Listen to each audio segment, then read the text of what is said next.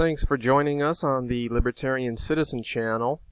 I want to talk about what the marketplace does when it comes to COVID-19 because governments around the country at the local and state and even the federal level have been trying to deal with COVID-19 by telling businesses and private organizations what to do. And the result has been economic catastrophe and a loss of optimism in the future.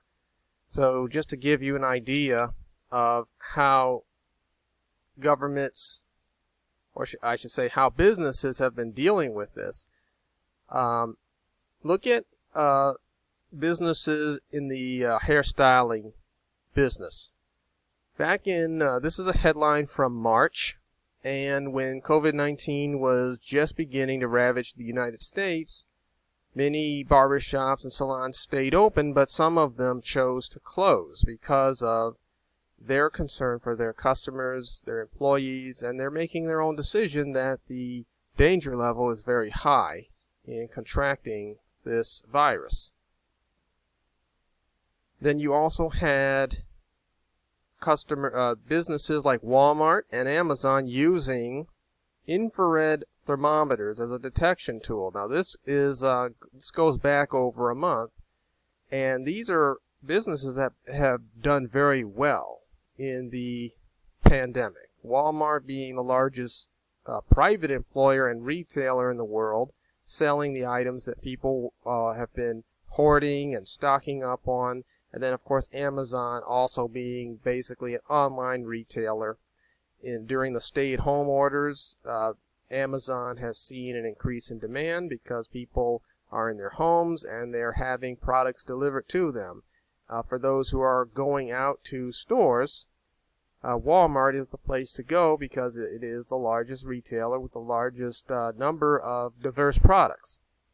And they are also using infrared thermometers, which you hold up to someone's forehead and take their temperature with, as a means of preventing transmission, or at least allowing for the store to see if someone may in fact have a fever, which could indicate that they are positive for COVID-19. So that's one thing that businesses are doing, not just Walmart and Amazon, but many others. Amazon is going a step further, and they are using thermal cameras at their warehouse. This is a way of being able to scan to see if somebody has a fever, because the camera will detect body temperature, and if someone does have a temperature higher than what is considered normal, they can have the person leave, whether they're an employee or whomever, leave the building so that they don't risk an infection spreading. There are other companies who are requiring customers to wear masks. I know this article is talking about companies in Arizona, but this is throughout the country.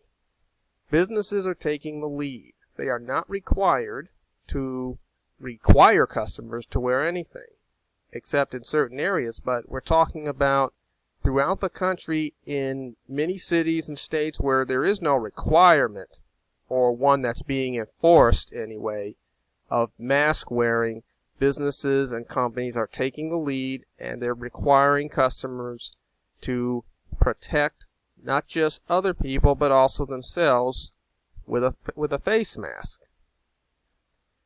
Now this headline goes back to March 11th, when coronavirus was just beginning to take shape in the U.S., and we have a restaurant, Michelin star, out in San Francisco, which decided to eliminate 60% of its tables to give diners more space to comply with the social distancing recommendations, which require 6 feet of space because of how far a virus can travel from somebody coughing or sneezing or even just talking in a room in a confined area. This is not the city of San Francisco requiring this. This is a restaurant saying we may in fact lose a ton of money because if we only have 40% of the tables we had before, we won't be able to allow as many people in. And as a result, we're going to probably have to lay people off, probably have to cut bonuses and salaries and wages, but this is to save lives.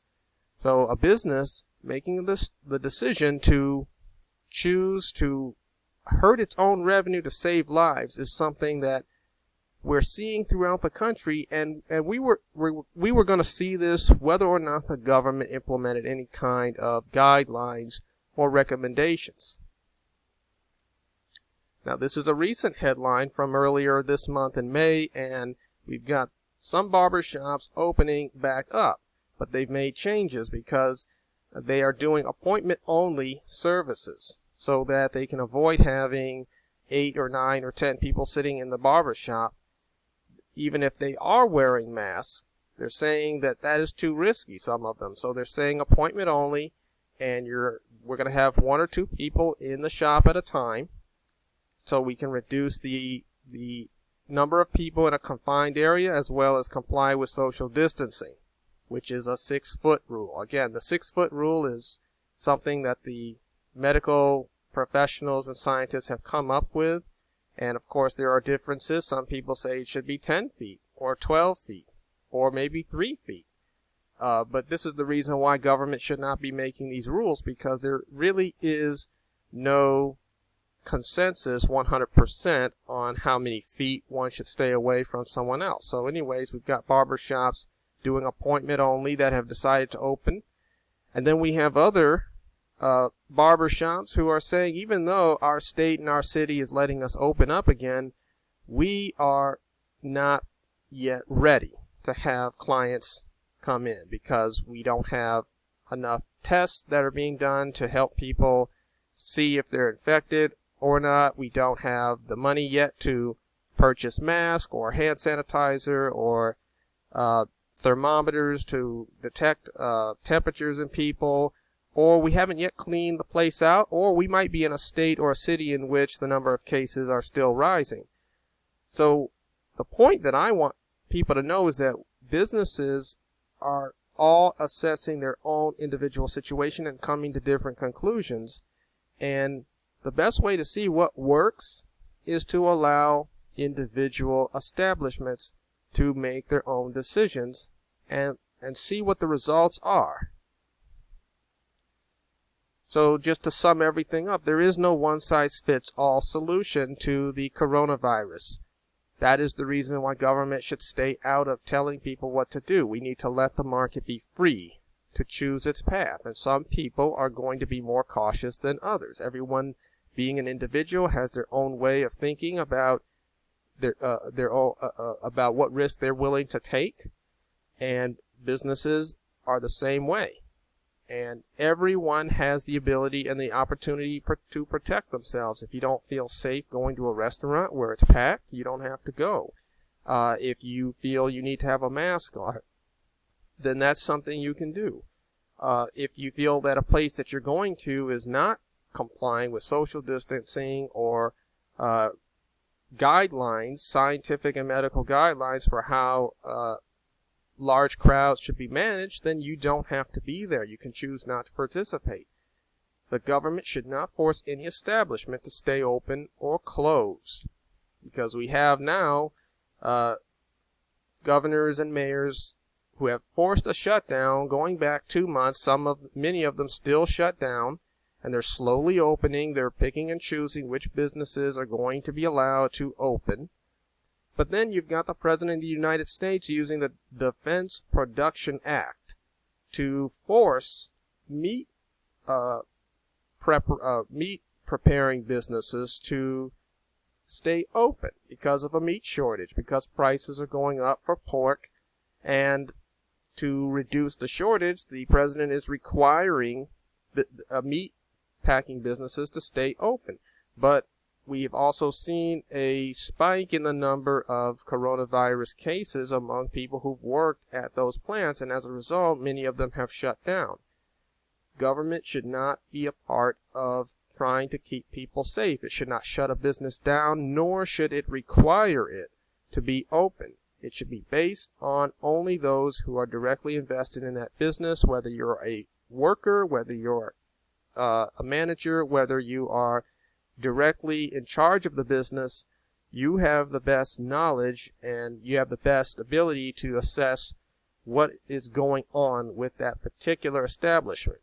Politicians who are nowhere near as connected to the marketplace as consumers and producers are, should not be involved in telling anyone what to buy, use, or sell when it comes to any product. They should not require anyone to buy a face mask, buy a thermometer. They should not require anyone to be putting hand sanitizer on, because people are going to make those decisions on their own as they choose.